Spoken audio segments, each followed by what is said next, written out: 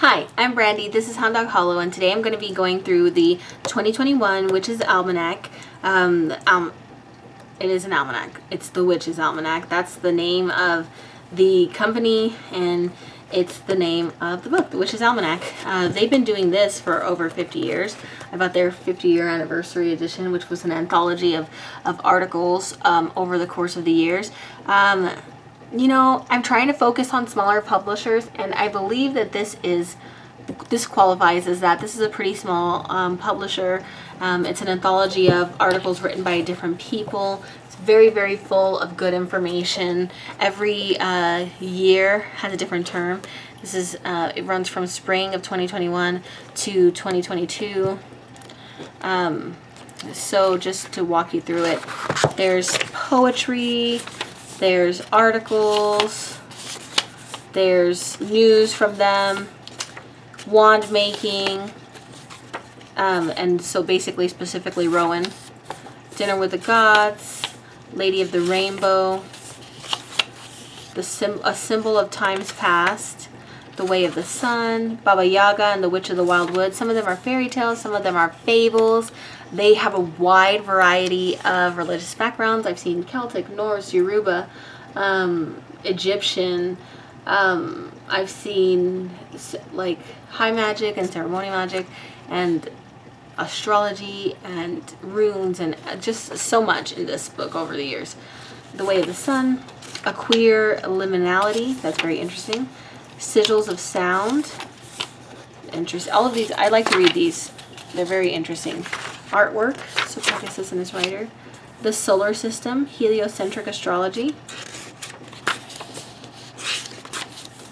Moon gardening, so this is every year that they have that. It's very helpful. Nissa the Call, an excerpt from Entering Hecate's Garden, which I think is a really popular book right now. And then we get into the calendar of the moon. So we have Pisces. Again, this is not an almanac that I use literally, like as an almanac. This is more of a compendium of articles and thematic phrases that I glance at every new moon and full moon, but for the most part I read it like a book. So Witchery and the Legend of Brigadoon, Aries. Year of the Metal Ox, so I love Chinese astrology, so it gives you a good forecast for that. My husband is an ox, so we'll see how that goes, because in Western astrology, your Jupiter return, which is every 12th year, is supposed to be pretty lucky, but in Eastern astrology, your return to your animal, which is also every 12 years, is pretty unlucky. And this year was my return, and let me tell you, it was not a beneficial Jupiter return. It was you know how 2020's been. So I think that Chinese astrology may be a little more accurate as far as it goes. Poetry, Gemini, summer solstice recipes. So they have little kitchen magic recipes. Cancer, Leo, the solar houses, very interesting. Primroses, Virgo, little spell, Libra, Scorpio, and La Lechuza. So a story from Mexican American folklore. Notable quotations, as always, quotes about the topic of the year. Sagittarius, Capricorn. Ooh, little superstitions about cutting your nails. Aesop fables. I love the Aesop fables. The dog, the cock, and the fox. Aquarius. Highlight on the tarot card, which this year is the Hermit. Pisces. The evolution of the magician. A natal chart reading of Dion Fortune. The Wild Swan. Window to the weather. So this is like a weather forecast for the year. Betelgeuse is a star. Getting to the bones of witchcraft. I love these really like core witchcraft philosophical articles. They're really good. Dice or no dice. Clear crystal quartz, the king of crystals. Sunspots and star spots. A gentle nudge or a thunderbolt. A voice from the heavens. looks like an article on mask.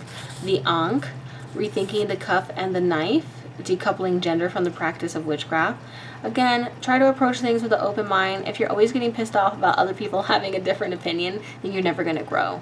So myself, I personally believe in polarity in my practice, but I also don't think that that negates other people's perception of how they connect with spirituality or how the divine is manifested in reality, because manifestation of reality is so personal. But I digress. Try to be open-minded is all I'm saying. Everyday kitchen witchery, prehistory and magical development, Lupton, trolldom, merry meetings, the geomantic figures, Albus, the divining rod, the magician's only essential tool, their own human body, notes towards a general theory of magic, part 5. This general theory of magic series has been really, really helpful. So much good information. Anatomy of a witch, the mystery of mermaids in mainstream media. I love when they talk about mainstream and secular media, because I feel like all of those fairy tales and consumption is really important to human development.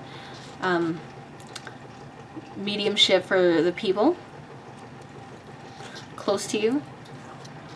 Ectoplasm, ghostly residue or wishful thinking. No matter. Birch. Little fairy tale, nursery rhyme. All the full moons forecast. Presage is like just blurbs about the retrogrades and glossary of aspects and the eclipses that are coming. And then it goes through each zodiac sign in there, a pretty detailed forecast for the year.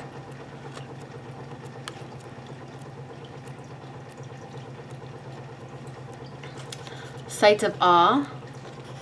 And then reviews. So different reviews on different books. Letters to the editor. And then little, marketplace stuff where they, in case you didn't know, like where you can get witchy stuff. So that's the Witch's Almanac for 2021 to 2022. It runs from spring to spring. And I found it very helpful. I've been getting this book, since I was very young. I don't know, 19, 20, probably 19. And I collect them.